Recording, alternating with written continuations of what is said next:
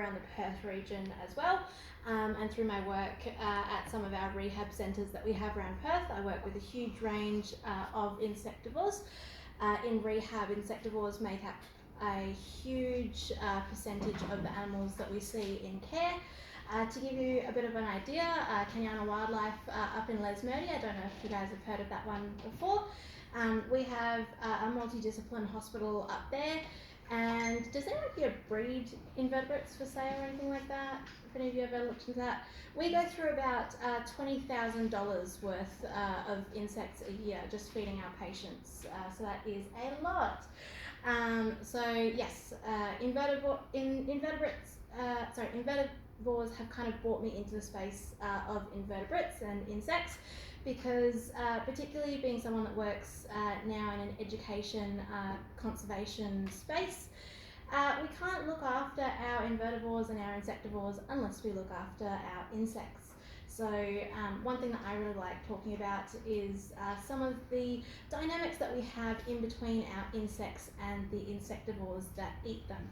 Because there's a lot of really, really interesting things going on, particularly as a lot of our insects, as you may know, some of them evolve really, really quick if they've got those short lifespans too.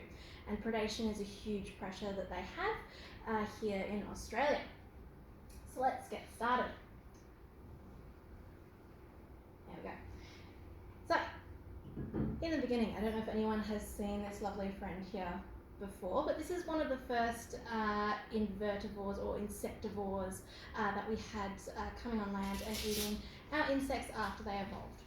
So insects, we kind of reckon evolved around about 480 million years ago. It's hard to tell because when they first kind of came up, they were soft-bodied, and fossils and things are hard to come by. Amber only evolved a lot later when you think about your Jurassic Park things, particularly insects involved in amber, so it's a bit hard to guess, but we reckon about 480 million years ago. So later we had our insectivores evolve, we reckon about 400 million years ago. And they looked about like this one here. This one's Insectivore, which was one of our early insectivores that we have a record of. And it was an amphibian. So it was one of our animals that has come up from the ocean. And when you look at this picture, they don't look anything like our, our modern frogs, our modern amphibians that we see around Perth. They were really, really different. Back at this point in time, the tongue hadn't even evolved as a structure, whereas obviously with modern amphibians now, that's one of the main tools that they're using to catch their prey. And it's really interesting when we look at our kind of records of when we think things evolve, because at the same time that we have this insectivore evolving, we also have the first insect evolving flight at around about the same point in time. So our first amphibians, as you can probably tell, they look very heavy, not exactly designed for climbing, definitely not flying. You know, they can't get up in the air. So for our insects to kind of rapidly evolve flight in that space, it was a really quick, really easy way for them to get out of that predator's way.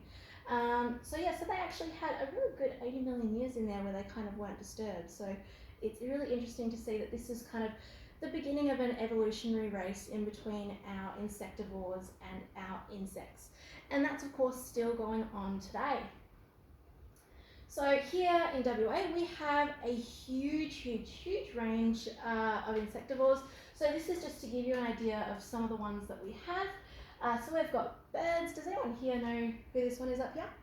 Bluebook. Yeah, bluebook. So they're a really, really interesting case, because when we look at our owls as a group, most of them are true meat eaters. So they're eating things like mice, they're eating smaller birds. Some owls in the world specialise in eating fish as well. But our bluebook has actually specialised into eating insects and invertebrates. So it's really interesting seeing this group that's usually a true meat eater actually move into this insect eating space. So we've also got reptiles. Anyone know these ones down here? Yeah, so these ones are some of our barking geckos. So if you have one take up residence in your house, they'll often yell at you if you get into their space. They're very territorial, very cute as well.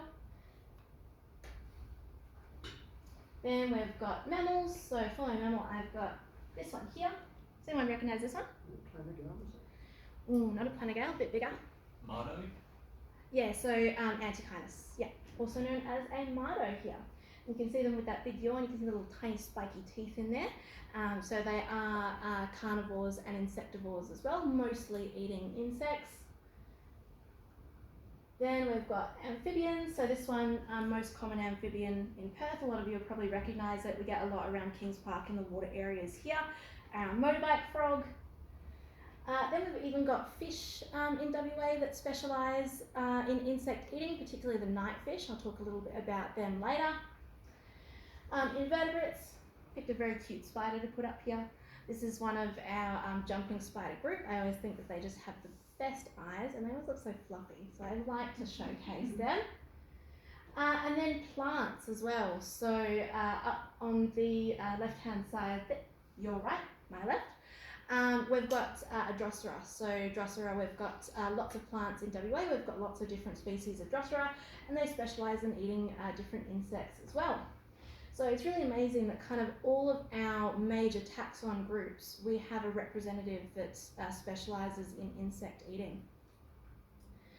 So of course here in Australia, you know, since we split from Pangaea, we've kind of warmed. We've got a lot of really varied habitats as well. So it's a really great place for our insects to kind of take up residence and evolve kind of all different traits to fit into all of those niches, all of those habitats that we are so lucky to have here in Australia.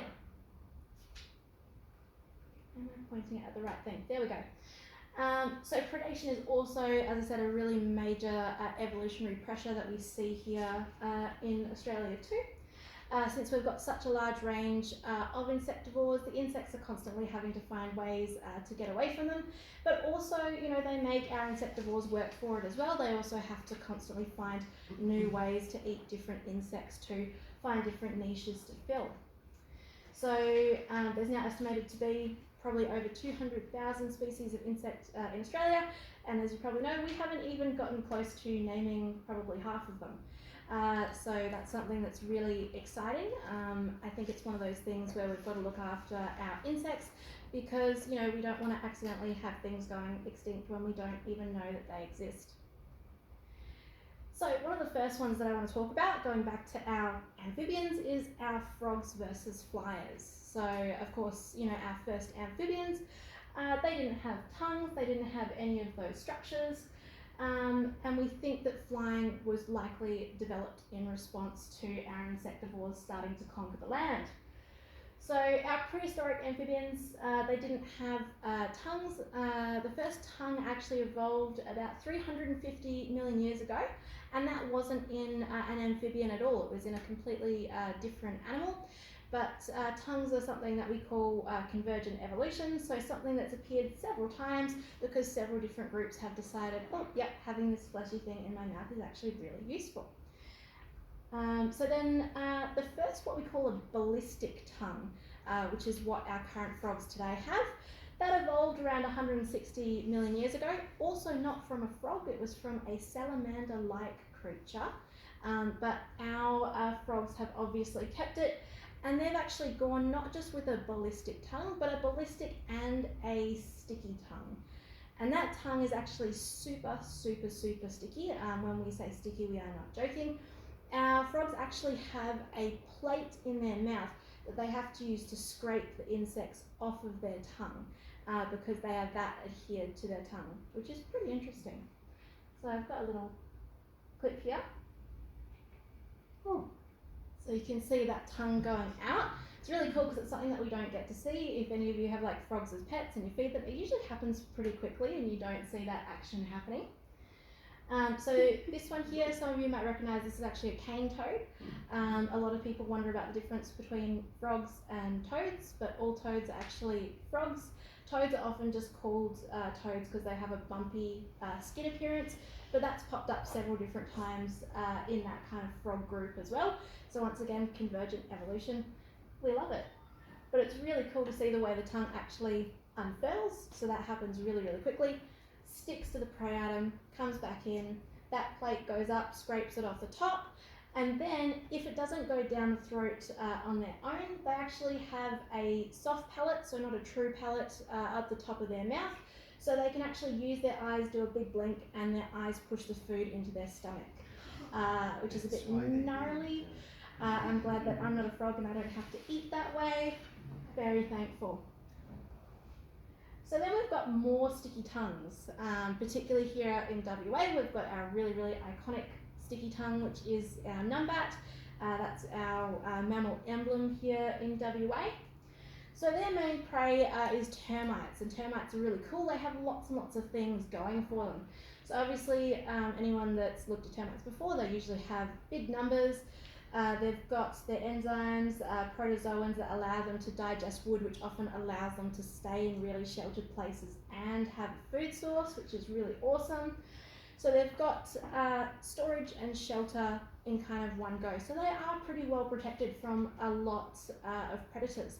So this was a really, really good evolution aspect that they have picked up. But then in response to that, our insectivores have had to, think around that, find ways to get in. And they've both developed a sticky tongue. So for our numbats, they have vibrissae, so basically like whiskers around their face that helps them pick up the movement of the termites. They have really sharp hearing, so our numbats can actually hear the termites moving wherever they're hidden, because of course termites don't just make mounds, some of them are in woods, underneath bark, all kinds of things as well.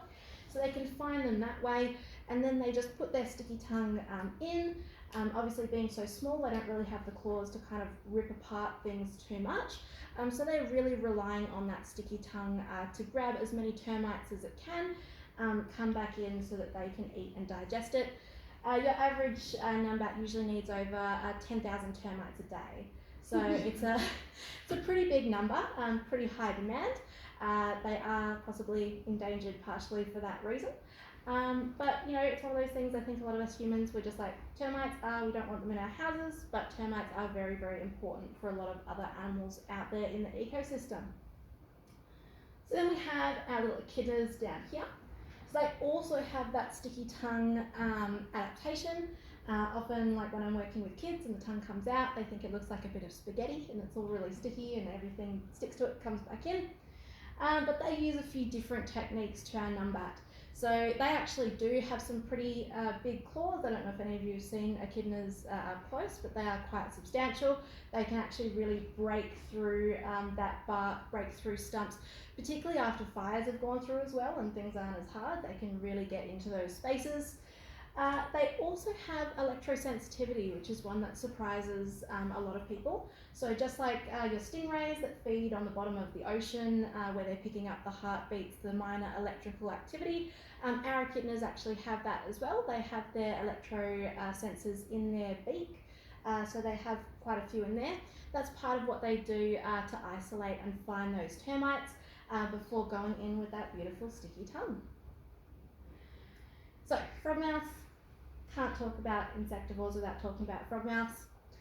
So the frogmouths, they have really adapted to fill this niche of eating bitey, stinging things that other animals won't eat. So it's a smart niche for the frogmouths to go into, because funnily enough, a lot of other insectivores, when they have things that are trying to bite them, sting them, have venom, all the rest of it, it's a way up of cost-benefit analysis. Is it worth me expending my energy to go after something that could hurt me in such a way? But the frogmouths have developed a few features for them to do this. So even though they've got venom to deter predators, they still have ways to get around that. Number one is their beautiful little tuft. It almost looks like a little mohawk in the middle of their face. So that is all really, really sensitive bristles. The bristles also go around the side and underneath the beak as well, so they have full sensation around that beak, which means that they're really good at picking up particularly things even like scorpions, any insects that kind of rear up to deliver that blow. They feel it and they can kind of go around it. They're quite good at it. But then the other side of it is that their tongue actually feels like plastic. Which is something that most of us never get to see. I only see it because I see them when they come into rehab and we've got a poke and prod in their mouths to check and see if they're healthy. But yeah, it's literally like a thin piece of plastic. Sometimes it's actually partially see-through. So compared to something else that has a really squishy mouth with lots of things for that venom, for that, for those bites, for those stings, for all that pain to go into, they actually don't have a lot there to get struck. And what they do have, it doesn't have a lot of blood vessels, it doesn't have a lot of nerves. Even their beak as well, it's quite thinly populated with those blood vessels and those nerves too, which means that if something does strike, bite or try to envenomate them there's actually not a lot of place for that venom to go, and the pain actually doesn't transmit as much because it's not getting recepted the same way as it does for a lot of our other insectivores. So the other one that I find really interesting, and this is actually from a very recent study, not over here in WA yet, but it's something that may possibly evolve as well. We'll have to wait and see. But some populations of our Christmas beetles, they consume really large amounts of toxic eucalyptus. So this is, as I said, a study from over in the eastern states. When they're getting full of this toxic eucalyptus, it actually deters a lot of predators from wanting to eat them. A lot of them, they'll get a little bit sick afterwards, they won't feel great after they eat them, and in some cases it actually makes them smell quite deterrent to these predators as well. So our frogmouths actually used to avoid them completely until recently. There's a lady over in New South Wales called Gisela Kaplan. She does lots of studies. She's done them on magpies as well. Her magpie book is quite famous, but she also studied frogmouths too. And so she started observing this population which began to start eating these beetles, which they hadn't previously consumed. So then she's gone out, she's put out some camera traps so that we can work out how is this process occurring, what's caused this change in behaviour, this change in target. So what they've found is that they produce excess saliva, which they pass to the chick. So it's almost like what our koalas do, where the mums feed the babies their pap, which is not actually poo, it's slightly different, but it has all those enzymes and things that they need to break down the eucalyptus better. So we've got that increased saliva, but they've also been seen encouraging the young chicks to chew eucalyptus leaves as well. So it's really, really interesting that these birds have actually picked up, okay, it's not the beetles that are the problem, it's the eucalyptus that is the problem, and they've actually gone back, tackled that issue, and now this population is eating these beetles, which previously weren't being exploited by our other insectivores as heavily. So they're really, really intelligent birds, these ones. So aquatic insects versus the night fish. So night fish sounds very ominous, but these are a local fish. We find them in the Swan and Canning rivers here in Perth. If you've ever seen them, they're not very big. I think biggest specimen about 18 centimetres. Most of them are recorded under 12 centimetres, so quite little ones. You've got millimetres there. Yeah, so 120 millimetres, 12 centimetres. Yeah. Me doing the conversion in my head, I'm sorry. No, that's all good. But yeah, so they have basically decided to specialise in aquatic insects. So we've got a lovely water beetle up here, which is one of their main targets that they go after.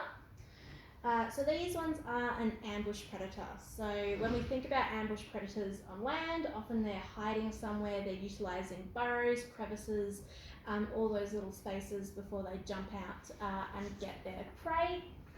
But with these ones, it actually has to do with their camouflage. So if they have the dark camouflage they do, you see they're quite kind of like dark brown speckled. When they actually go into shaded areas, they then have no reflection. And reflection is something that a lot of animals, including some invertebrates, use to avoid their predators.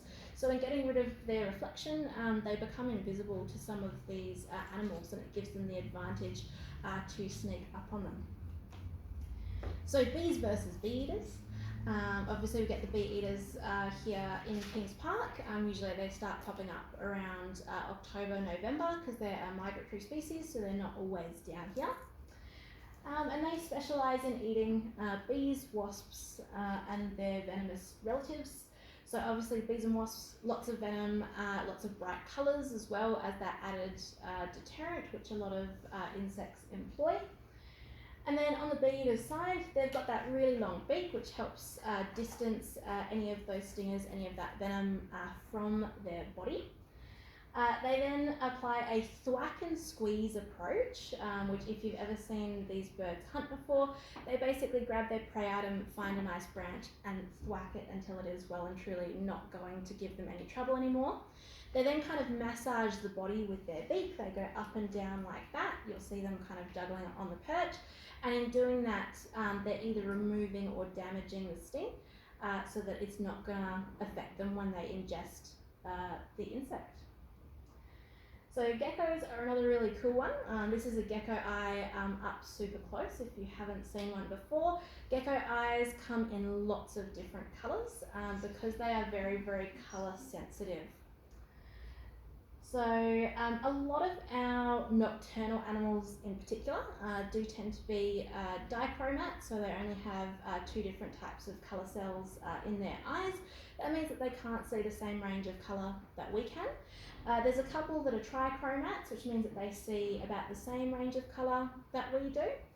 And a lot of the camouflage is designed for this sight range. So for us, we're at that trichromatic level. You know, when we look at this lovely moth down here, it confuses us, it's hard for us to see, and the dichromats even more so. But our geckos are tetrachromats, so they actually have 4 cone cells. So they can see colours that we cannot kind of imagine perceiving. They can see things that we will never be able to process with the eyes that we have. And because of that, they can actually break up this camouflage because they're seeing colours that we can't see. So they're seeing the faults in the patterns a lot quicker. So, nightjars versus moths. I know you guys are all thinking I'm really biased now and I'm just like insectivores, but I promise you I'm going to do some where the insects are winning. So, nightjars versus moths, really, really cool. Here in Perth we have the spotted nightjar, but Australia does have 3 species of nightjar overall. So we've got a little bit of diversity here. So our nightjars, they have a really wide gape, as you can see in this picture below. It is really wide, it's huge. It's actually really hilarious because their beak from the outside looks really small, thin and dainty, and then their whole face opens up. People working in rehab for the first time that haven't had to assist feed one of those birds with forceps usually get a nasty shock because they're very enthusiastic feeders sometimes as well, and they will jump at you. So it's really great having that happen. Lots of fun. But their wide gape actually acts as a trawling net in the sky. So they will fly through the sky, they'll have their mouth open, they've got really, really sensitive hearing, which gives them direction of where to go when they're flying to intercept their nocturnal flying insects.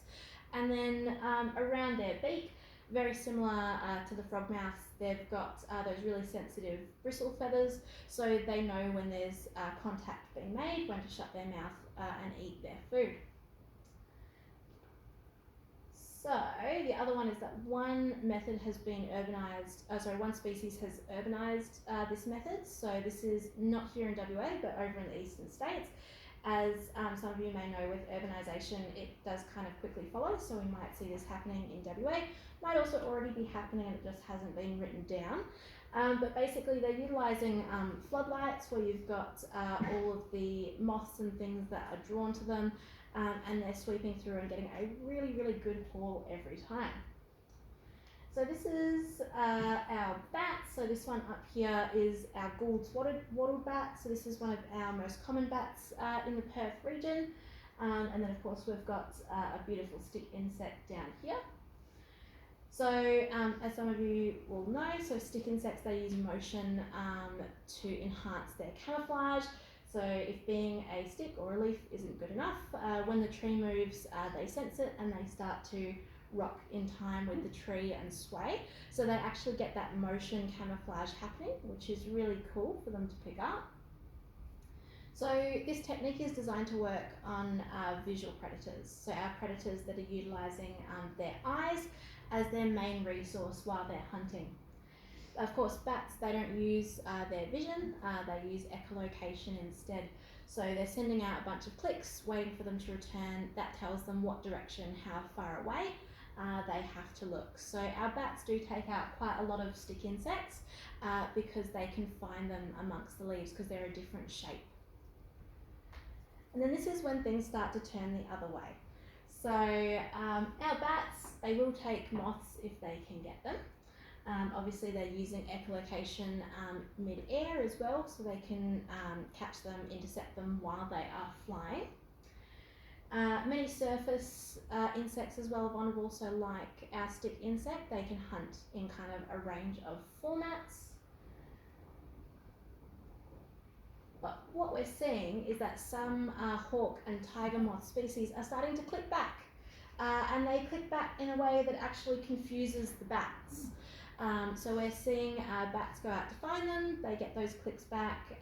For us, it's usually people going out to study the bats, because some of our bats, the quickest way for us to know that they're in an area is actually to pick up on the sounds that they're making. So if you ever want to get into studying bats, you have to get really up on all your audiology equipment, because a lot of it is going out there, taking recordings and then analysing it, because we actually only have a couple of bats in the Perth region that we can hear in our hearing range. The rest are actually out of our hearing range, so we actually have to record and then analyse afterwards to work out who's there. So it's in these recordings that they've been able to pick up that we've got moths making noises back at them and confusing them, which is really, really interesting. So they've had this pressure applied to them and they've found a way to get around it. Spiked caterpillars versus sensitive mouths. Some of you have probably seen caterpillars like this around Perth. I think this one's a cup moth caterpillar. Yeah, glad I got that right. So with the exception of a few birds, most of our predators still have soft squishy mouths like we do, lots of gums, lots of tongues, lots of things that don't feel comfortable when they have spikes, venom and all that going into them. So the spikes usually cause a lot to drop them or not pursue them in the first instance. Predators, a lot of them are quite intelligent, so we do have family learning in a lot of species. This is seen in frogmouths and also things like magpies as well. They'll teach their young ones which insects are good eating and which ones to avoid. But of course, many of the spiked caterpillars do possess venom. I always say if you've got them in your garden, if you really need to move them, make sure that you've got good gloves, because yeah, it's quite uncomfortable for us as well if we do get jabbed by them. But really interesting thing as well is that some of the venom has been found to punch holes in cells and is actually looking promising for cancer research. So we've definitely got to look after these little caterpillars and these moths, because that's a really cool benefit that they could have. So then shield bugs. Shield bugs, they're not good for a lot of our animals. So many predators rely strongly on a sense of smell. We see this particularly in mammals, also reptiles as well. Reptiles do tend to be really scent-based. But of course, shield bugs, they also get called stink bugs because they do produce those odours. And similarly, a lot of animals avoid them for this reason. And then of course, they've got their beautiful bright colouring, kind of advertising to animals, don't eat me, I'm not good for you. But the interesting thing is that some nymphs actually utilise different colours from the adults. So as well, even when you've got those predators that employ that familial learning, they're still sometimes getting confused because they teach them to avoid this one, but not this one. So it's really cool that they've developed these adaptations. Then darkling beetles versus rehab. This is a problem that we run into a lot in our rehab centres. So they can be both noxious and toxic depending on the species and which animals are eating them.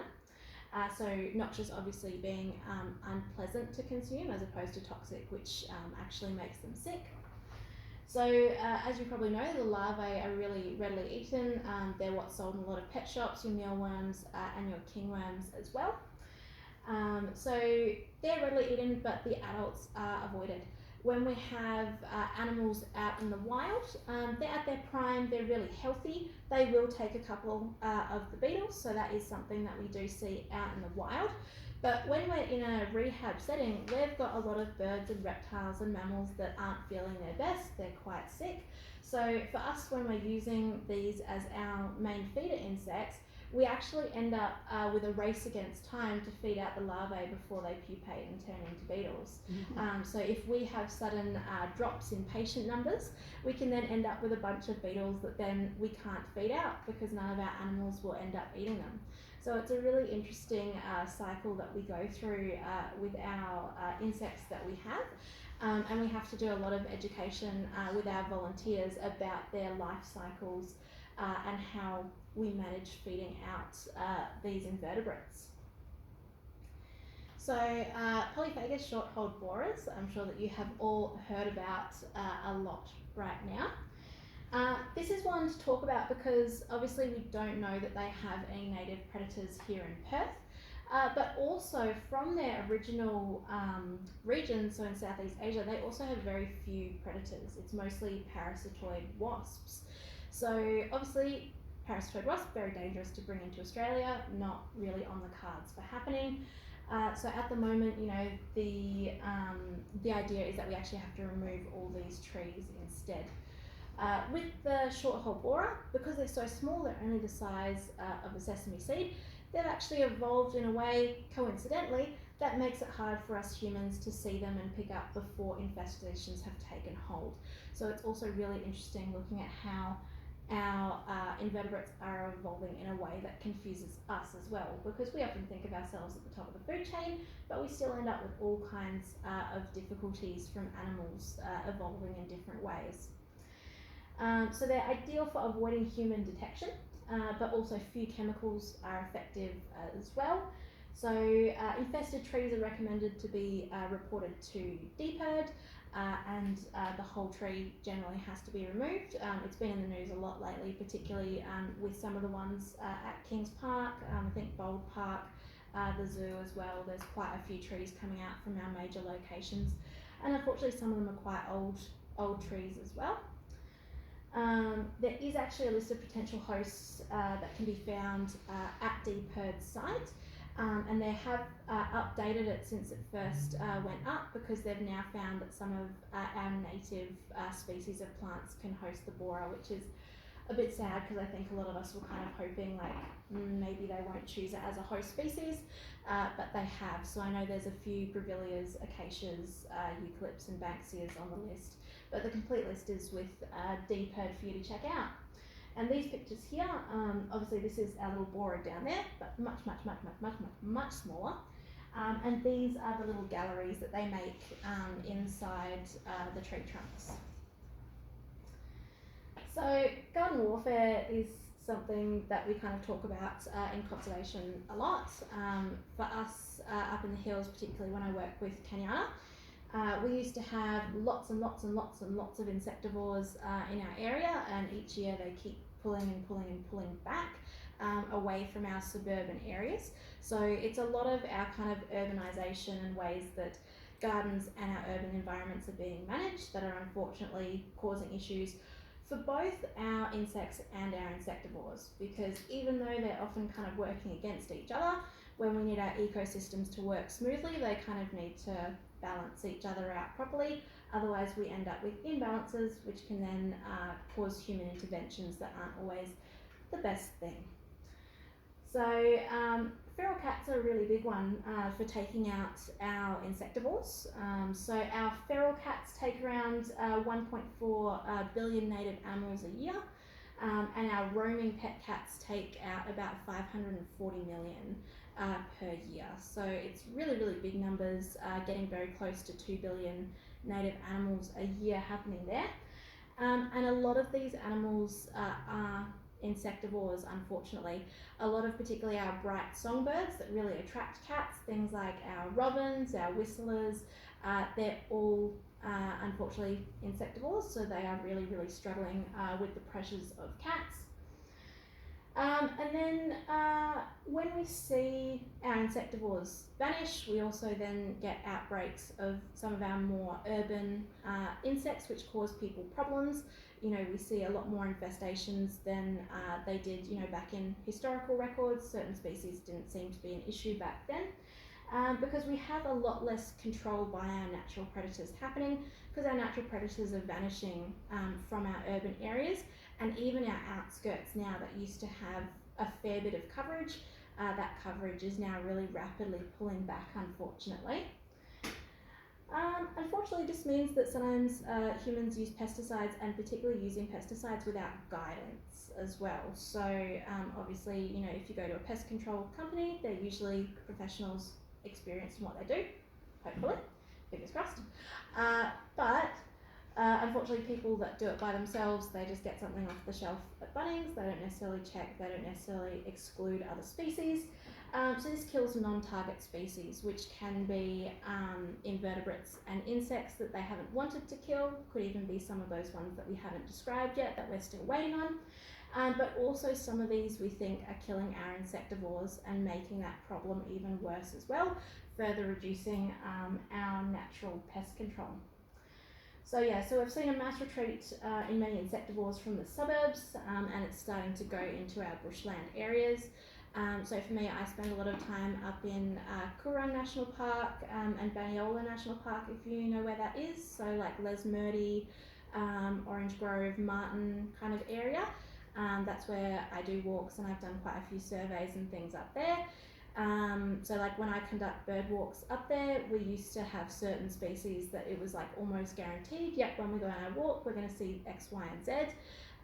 Whereas like now, our incidence rates have dropped significantly. So we don't run into these species as often as we used to. We used to find some really, really cool insects up there as well, and their numbers have also seemingly vanished. I haven't done the studies for the insects because I'm usually called in as a bird person, but certainly just walking through the areas where we'd usually find them, particularly in some of like the nectar-rich sources like on the Banksias and stuff as we're walking around, we're no longer seeing those insects, or much less numbers than we used to. So insects and insectivores in our urban future. So how can we help promote a healthy balance going forward? Because we need to promote that both our insects and our insectivores are really, really important to our ecosystem. So recommending keeping cats inside is a very big thing for helping protect our insectivores. Main thing that we like to stress is that it's actually really important for our cats as well. Cats that are kept inside, they have lower stress hormones, they're less likely to get diseases, and in this day and age where we have a cost of living crisis, they're also likely to cost you less vet bills as well, so tick. Then we also recommend the use of pest control professionals, so of trying to avoid DIY pest control unless you really know what you're doing, so that we're not affecting what we call non-target species. There we go. Recommending that people follow DPIRD for the latest news on all the novel pests and things that can pop up. And spreading the word about the important roles of insects in our ecosystem. So at the places where I work, particularly Kanyana, we're actually setting up a dedicated invertebrate room so that we can talk to more school kids about the importance of invertebrates. And of course we talk a lot about decomposition, pollination, predation and more, because they are such an important group. And one thing that we also talk about, because unfortunately, you know, we're all bug people, we really like our insects, but out there we come into a lot of people that are kind of like, insects, look. We can't actually have our insectivores unless we have our healthy insects. Without our insects, we don't have our insectivores. So if you have people that really like your bright, colourful, beautiful birds, like your robins, if you have people that like our little carnivorous marsupials, this one up here is a fat-tailed dunnart. I think they're adorable. Look at those giant eyes. How can you not want to protect that? It's a really good selling point to kind of make out that if you like all of these other animals that we have, you have to protect our insects as well, and try and tone down on some of the pesticides. And when we talk about natural pest control, obviously our invertebrates and our insects are a huge part of that. But one I'm just going to mention for our fat tab done before I finish, because they actually do eat true meat as well. They're not always insectivores. They do a little bit of both.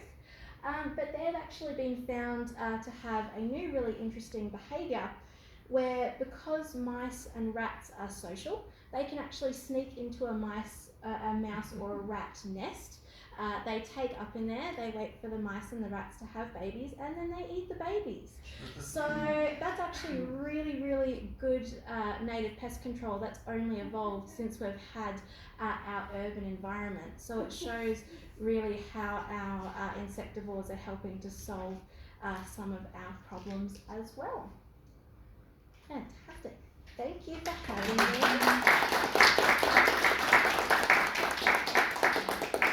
I hope you enjoyed that. Does anyone have any questions while I'm here? No? Okay. Yeah? At the beginning, the Equistega, these are salt water, are they? They evolved in the salt water, the earlier amphibians, did they? So I'm not 100% sure. Yeah, we don't have any modern amphibians, as far as I know, that live in salt water because it causes dehydration, I guess, and they're always in fresh water. So I'm just wondering about the evolution of these things. Was it in ponds and in freshwater settings, or were there originally amphibians that could, for some reason or other, live in the ocean? So that is a really, really good question. It's one of those things because our record of amphibians is also quite poor, because some of those fossils that we have, not a lot have kind of survived till today. But back then they did have areas like rivers, streams as well. So I would suspect that they probably came more from those environments rather than true salt water. But that's something that I'll have to look into as well. That is a great question. Yeah. Yeah. I've got this vague idea that there's a great big amphibian in the Galapagos or somewhere that lives in the ocean. I'm not sure. That's just a comment. The question I was got, it sounds like the bird books don't eat a lot of rats and mice. Are they known to be less affected by second generation rodenticides? So they still get affected because they still eat some mice and rats, so they haven't completely switched over. But the insects kind of make a really significant part of their diet. But unfortunately, the issue with the second generation rodenticides is that sometimes it's only one mouse. Yeah. If they just take one, that can be. They're not a very big bird, are they? No, they're quite little. So they're actually our littlest owls in Australia. They're our little tiny ones. We're really lucky to have them here. It's really amazing because it's when you look at their close relatives that we have here in Australia, one of their closest relatives is the powerful owl, which if any of you have seen them over in Victoria, they're giant. So it's really interesting that we actually have the smallest and the largest owls coming from that same genus. But yeah, they're our littlest ones. I might just mention in that context that BirdLife Australia really encourages you to record bird books if you hear them, because we hear them at night. Now, there's one that comes quite near me and wakes me up night after night. It comes to a certain park right near me, and it's been doing it for several years. Yeah, if anyone's interested in that and happens to be awake, as older people often are after a certain hour, just jot it down and then put it in bird data the next day. Yeah, bird data is really good, and the other one that I use a lot is iNaturalist as well. So iNaturalist gets used a lot more by independent researchers, so ones that are at uni, and also some of our kind of up and coming researchers that are still doing like their undergrads, their masters. They use iNaturalist a lot, and iNaturalist is really good for location mapping as well. It also has a few more users than some of the specific ones, so I usually really support iNaturalist if any of you've got it.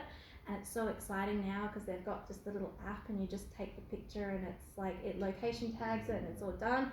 I remember when I was at university, we used to have to go out with our cameras and then put it on our computer and then go back for the location. That's what I'm still doing. And I'm so glad that we don't have to do that anymore. Oh, good. Yeah. I guess I had a question about the insect education you mentioned about the places that we I guess you can talk more on that. Somewhere you would have like live specimens or kind of more like I guess info board sort of thing. Yeah, so live specimens. So previously we haven't had a lot of invertebrates in our collection at Kanyana. It took quite a while for us to get up to 3 species of stick insect, which was very exciting. A lot of our educators up there are volunteers. So to a certain extent it's taken a while because we need ones that our volunteers feel comfortable handling, and not all of them are bug people, so some of them, we still have some that won't touch the stick insects, but you know, we're getting there. We've got a few of us that do really like other invertebrates, so we've had a lot of input from myself and some of our other volleys that are very invertebrate keen. So now we've got a beautiful tarantula, we've got a little baby scorpion in there, and yeah, so we've got the 3 species of stick insects, and we're gradually expanding out. I think next one that's top of my list is hide beetles, because then we can also get more skulls for our education program as well, and get them all nice and cleaned off. So yeah, it's been really good to kind of be up there as we're expanding out, because it's one thing that a lot of our other centres kind of don't focus on, but for us up there in that bush area, since the loss of insectivores is something that's really affecting our local area, it's something that we really want to educate more about. Awesome. Thank you so much for having me. There you go. We give our speakers a gift as part of our thanks. So, It's a big box. well, unfortunately it's not the entire box. I'm not sure how much room you got in your vehicle getting home. What colour of mug would you like? Oh, green. It's definitely my favourite colour. There you go. Thank Enjoy. you so much. No worries. Right, and I will just stop this.